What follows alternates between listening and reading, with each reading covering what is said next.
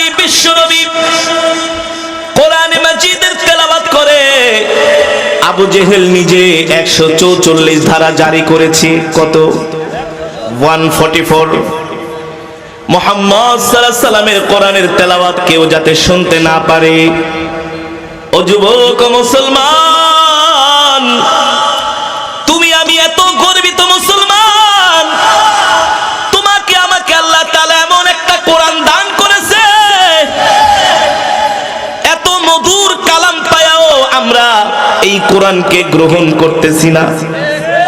অথচ কোরআনের তেলাওয়াত শুনে হিন্দু, খ্রিস্টান, বৌদ্ধরা কালেমা পড়ে মুসলমান হচ্ছে। আবু জেহেল 144 জারি করেছে মুহাম্মদ সাল্লাল্লাহু আলাইহি সাল্লামের কোরআনে মাজিদের তেলাওয়াত যাতে কেউ শুনতে না পারে।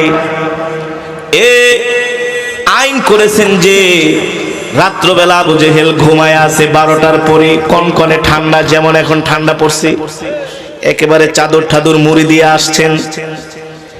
আবু জেহেল কম্বলের ভিতরে ঘুমায় আছে, কিন্তু মন তো আর কম্বলে নাই, মন চলে গেছে মুহাম্মদ সাল্লাল্লাহু আলাইহি সাল্লামের ঘরের কাছে। কেন গিয়েছে? কেন গিয়েছে? আবু জেহেল কয়, হায় রে, মুহাম্মদ সাল্লাল্লাহু আলাইহি সাল্লামের কোরআনের তেলাওয়াত এত মজা, এত মজা, এই তেলাওয়াত না শুইনা থাকা যাবে না। আস্তে করে কম্বলটা সরায়া আবু জেহেল একটা ছোট কুপি নিছে। কুপি চিনেন তো? বাতি। কুপি নিয়ে রাত্র গভীরে ঘর থেকে বের হবে। আবু জেহেলের স্ত্রী কয়, নেতা কোথায় যাচ্ছেন? কয়, বেডি চুপ থাক। বুঝেন না? আবু জেহেল কুপি নিয়ে কম্বল একটা মুড়ি দিয়ে চেহারা টেহারা একেবারে ঢেকে ঢুকে ঘর থেকে বের হচ্ছে। স্ত্রী কয়, কোথায় যান? কয়, কথা কম, তোর কাছে বলতে হবে নাকি? আমি কি জানি না আপনি কোথায় যাচ্ছেন? কে বলছেন? আবু জেহেলের স্ত্রী। কে? কথা বলেন, কথা বলেন। আমি করব ওয়াজ, আপনারা দিবেন আওয়াজ। আবু জেহেলের স্ত্রী বলে, কোথায় যান? বলে, এত কথা জিজ্ঞেস করিস না, সব কথা সব সময় বলা। আবু জেহেলের স্ত্রী বলে, আপনি কেমন নেতা হইছেন? কেমন নেতা? নিজে আইন করেন, আবার নিজেই আইন ভঙ্গ করেন। আবু জেহেলের স্ত্রী বলে, আপনার ভিতরে নেতা হওয়ার যোগ্যতা নাই। আবু জেহেল বলে, স্ত্রী, এত কথা বলিস না, অন্তর এখন আর এই কম্বলের মধ্যে নাই, হৃদয়ে চলে গিয়েছে মুহাম্মদ সাল্লাল্লাহু আলাইহি সাল্লামের ঘরের দরজার কাছে। আল্লাহু আকবার। কেন যাবেন? কেন যাবেন? বলে, মুহাম্মদ সাল্লাল্লাহু আলাইহি সাল্লামের কোরআনের তেলাওয়াত না শুনলে আর থাকতে পারি না। আবু জেহেল চলে গিয়েছে নবীজির তেলাওয়াত শোনার জন্য। ঘরের সাথে কান লাগায়া, জানালার সাথে কান লাগায়া কোরআনের তেলাওয়াত শুনছে। আল্লাহু আকবার। এখন সেকেন্ড লিডার উতবা কে? সেকেন্ড লিডারের উতবা মনে মনে বলে, আইন করেছে বড় লিডার, সে কোনোদিনই আইন রক্ষক হয়ে কখনো ভক্ষকের ভূমিকায় অবতীর্ণ হবে না, আমাদের এতটুকুন বিশ্বাস। ঠিক আছে, বড় লিডার যেহেতু ঘুমায় আছে, তাহলে সুযোগটা আমি কাজে লাগাই। আল্লাহু আকবার। উতবাও ঘুম থেকে ওইটা একটা ছোট্ট কম্বল পেঁচায়া চেহারাটা ঢেকে আস্তে আস্তে করে মুহাম্মদ সাল্লাল্লাহু আলাইহি সাল্লামের ঘরের দিকে রওনা। এদিকে সাইবাত থার্ড লিডার, সে মনে মনে বলে, আবু জেহেল তো ভঙ্গ করবেই না আইন, সেকেন্ড লিডারও যাবে না, তাহলে আমি সুযোগটা। তিনজনেই মুহাম্মদ সাল্লাল্লাহু আলাইহি সাল্লামের কোরআনের তেলাওয়াত ঘরের তিন কোণে দাঁড়ায় দাঁড়ায় শুনতেছে। কেন শুনবে না? কেন শুনবে না? আল্লাহ তাআলা কোরআনের মধ্যে বলেছেন, ও নবী, আপনার উপর আমি যে কোরআন অবতীর্ণ করেছি, এই কোরআন এমন এক কিতাব, এই কোরআন হচ্ছে মুমিনের জন্য ঔষধ। আল্লাহু আকবার। মুসলমানের জন্য ঔষধ, মুমিনের জন্য ঔষধ। বলছেন কে? বাবা, আমার মুখের কথা নয়, আল্লাহ তাআলা কোরআনে কারীমের মধ্যে সূরা বানী ইসরাঈলের মধ্যে বলছেন, وَنُنَزِّلُ مِنَ الْقُرْآنِ مَا هُوَ شِفَاءٌ وَرَحْمَةٌ لِّلْمُؤْمِنِينَ وَلَا يَزِيدُ الظَّالِمِينَ إِلَّا خَسَارًا। ও নবী, আমি আপনার উপর যে কোরআন অবতীর্ণ করেছি, এই কোরআন হচ্ছে মুমিনের জন্য ঔষধ, মুমিনের জন্য ঔষধ। এই কোরআন দিয়ে আপনি মুসলমানদের চিকিৎসা করেন, দেখবেন এই কোরআন দিয়ে চিকিৎসা করার কারণে প্রত্যেকটা মুসলমান আল্লাহওয়ালা হয়ে যাবে। হে মিলনের বাঁশিওয়ালা বাঁশি বাজিয়েছিলেন, তার বাঁশির সুর শুনে হে মিলনের মানুষগুলো তার পিছনে পিছনে দৌড়িয়েছে। আল্লাহ তাআলা মক্কার জমিনে আমার নবীকে এমন এক কিতাব দিয়ে পাঠালেন, মক্কার কাফেরেরা নবীর বিরুদ্ধে ষড়যন্ত্র চক্রান্ত করে, দিনের বেলা মিটিং করে, কেউ যাতে মুহাম্মদ সাল্লাল্লাহু আলাইহি সাল্লামের কোরআন শুনতে যাইতে না পারে। যারাই মিটিং করে তারাই পালায়া পালায়া রাত্রবেলা চলে আসে। এটা হচ্ছে কোরআনের মুজিজা। এটা কি? এটা হচ্ছে কোরআনের মুজিজা। আল্লাহ তাআলা তিনজনকে লজ্জা দিবে, কি করবে? ওয়ামাকারু ওয়ামাকারাল্লাহ ওয়াল্লাহু খায়রুল মাকিরিন। আল্লাহ বলে, ও নবী, কাফেরেরা ষড়যন্ত্র করে আপনার বিরুদ্ধে, কৌশল করে, কিন্তু আমি আল্লাহ কৌশল করি, কিন্তু আমার আল্লাহর কৌশল হচ্ছে উত্তম কৌশল। সুবহানাল্লাহ বলেন। আল্লাহর কৌশল কি? আবু জেহেলরা কৌশল করে নবীজির তেলাওয়াত যাতে মক্কার কাফেরেরা শুনতে না পারে, আল্লাহকে আমি ওদেরকে নিয়ে যাব। কে নিবে? আল্লাহ বলে, আমি ওদেরকে নিয়ে যাব, আমি ওদেরকে দেখেন কেমন করে লজ্জা দেই। আল্লাহু খায়রুল মাকিরিন। তিনজন এত গভীর তন্ময় হয়ে, আবেগ আপ্লুত হয়ে মুহাম্মদ সাল্লাল্লাহু আলাইহি সাল্লামের কোরআনের তেলাওয়াত শুনতেছি। তেলাওয়াত শুনতে শুনতে সুবহে সাদিক হয়ে গেছে, ফজরের আজান দিয়া দিছে। কোরআন শুনতে শুনতে একেবারে ঘুম পাইরা গেছে তিনজন। বুঝেন নাই? তেলাওয়াত তাদের হৃদয়ে এমন আঘাত করেছে, বিমোহিত সুর, বিমুগ্ধ সুর, হৃদয় আকর্ষণ করা সুর। তেলাওয়াত শুনতে শুনতে ঘুমায় গেছে, খবর নাই। সূর্য উঠে গেছে। আবু জেহেল তাকায় দেখে ফর্সা হয়ে গেছে, আরো মুহাম্মদ সাল্লাল্লাহু আলাইহি সাল্লামের ঘরের পাশে টেক লাগায় ঘুমায় গেছে। ঘুম দেওয়ার মালিক কি? জোরে বলেন কে?